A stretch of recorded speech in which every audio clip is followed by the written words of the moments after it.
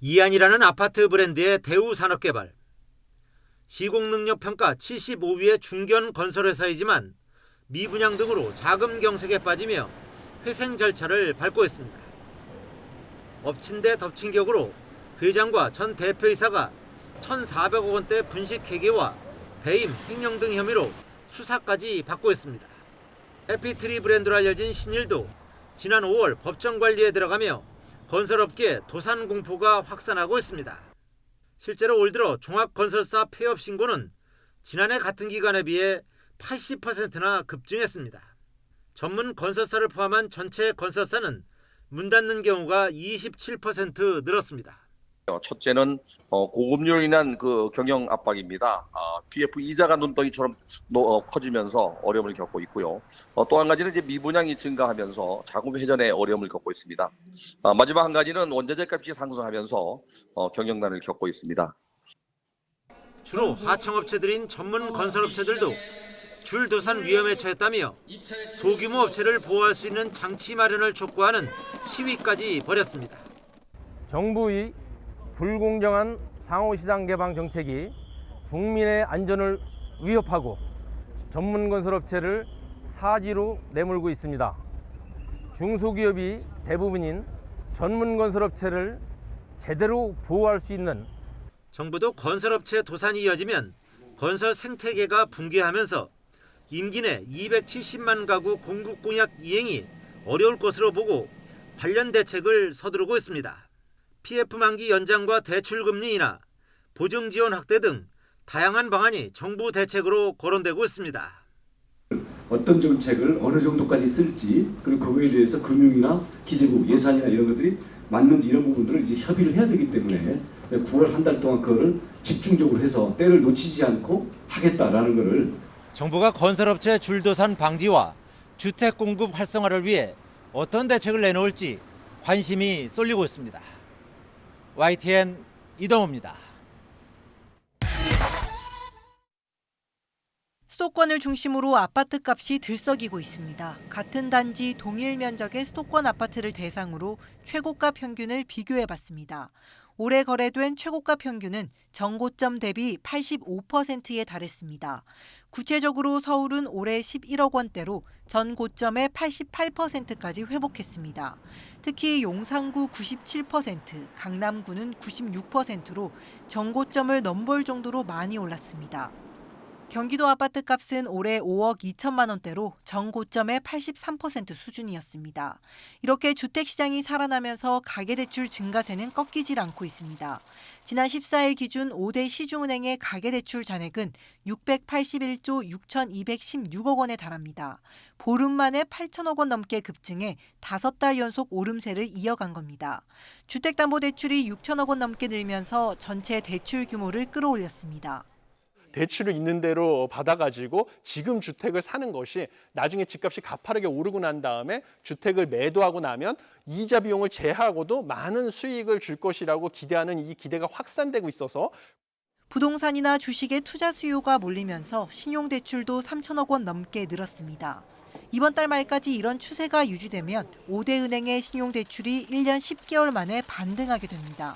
정부의 관리 강화에도 꿈쩍 않는 주택담보대출 증가세에 신용대출까지 늘면서 가계비 부담은 더 커질 것으로 보입니다. YTN 이영원입니다. 금융당국이 급증한 가계부채 관리를 위해 50년 만기 주택담보대출에 대한 규제에 나선 가운데 판매 기준을 두고 현장의 혼란이 커지고 있습니다. 갚을 능력이 있는 이들에 한해선 판매를 허용하겠다는 예외 기준이 모호하다는 지적이 잇따르고 있습니다. 엄윤주 기자입니다. 총 부채 원리금 상환 비율, DSR 우회 수단으로 지목된 50년 만기 주택담보대출에 대해 금융당국은 DSR 산정 만기를 최장 40년으로 제한했습니다. 그러면서도 일부 갚을 능력이 있는 이들에게는 50년 주담대를 이용할 수 있다는 예외 조건을 뒀습니다. 은행권에서는 상환 능력 입증을 두고 불만의 목소리가 잇따르고 있습니다. 당장 지금은 소득이 있더라도 미래 소득을 장담할 수 없는 상황에서 어떻게 평가하느냐는 겁니다.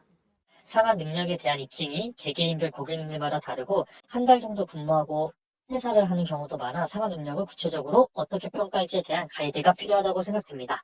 고객에게 있어서는 사실상 금지한 것이나 마찬가지인 상황입니다.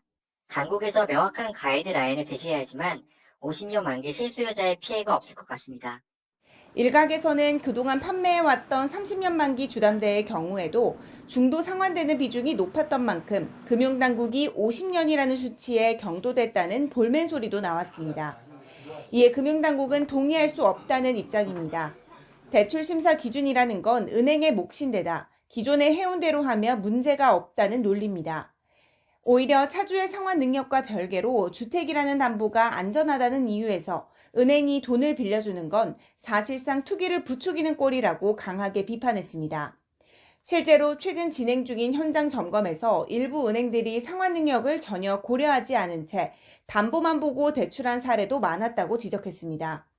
이렇게 입장차가 뚜렷한 가운데 은행으로서는 보수적으로 대출 심사에 나설 수밖에 없어 50년 주담대는 사실상 퇴출 수순에 들어갔다는 분석이 많습니다. 그럼에도 부동산 회복 심리에 힘입어 주담대 수요는 가라앉을 기미가 보이지 않아 한동안 현장의 혼란은 불가피할 전망입니다. YTN 엄윤주입니다. 일부 은행 주택담보대출 금리가 7%를 넘어서는 등 금리 상승세가 이어지고 있습니다. 금리가 오르고 있지만 가계대출은 이번 달에만 1조 6천억 원 넘게 불어났습니다. 최기성 기자입니다. 4대 시중은행 주택담보대출 변동금리 하단은 4%대, 상단은 7%대를 기록했습니다. 지난해 12월 이후 9달 만에 가장 높은 수치입니다. 미국 통화 긴축기조가 예상보다 길어질 조짐을 보이면서 시장금리가 주요 시중은행 금리를 밀어 올렸습니다. 하지만 대출 수요는 줄지 않고 있습니다. 주택담보대출 잔액은 지난달보다 1조 8천억 원 넘게 늘었습니다. 가계대출 잔액은 682조 4천억 원대로 8월 말보다 1조 6천억 원 이상 늘었습니다. 금융당국도 주의를 당부하고 있습니다. 돈을 빌려서 샀을 경우에 생기는 금융비용 이런 것들이 한동안 지난 10년처럼 1, 2% 수준으로 낮아질 가능성이 크지 않기 때문에 본인이 감당할 수 있는지 이런 것들을 다 고려하셔서 부동산에 투자를 하셔야 된다고 생각합니다. 게다가 고금리 기조가 이어지면 자영업자나 소상공인에게 불똥이 튈 수밖에 없다는 우려도 나옵니다. 경기가 안 좋아지고 있는 상황이고 안 좋아지기 때문에 빚을 못 갚게 되면은 결국은 부실 기업, 부실 자영업자가 될 수밖에 없고 이분들이 흔히 말하는 결국 문을 닫아야 되는 상황들이 발생할 수 있거든요.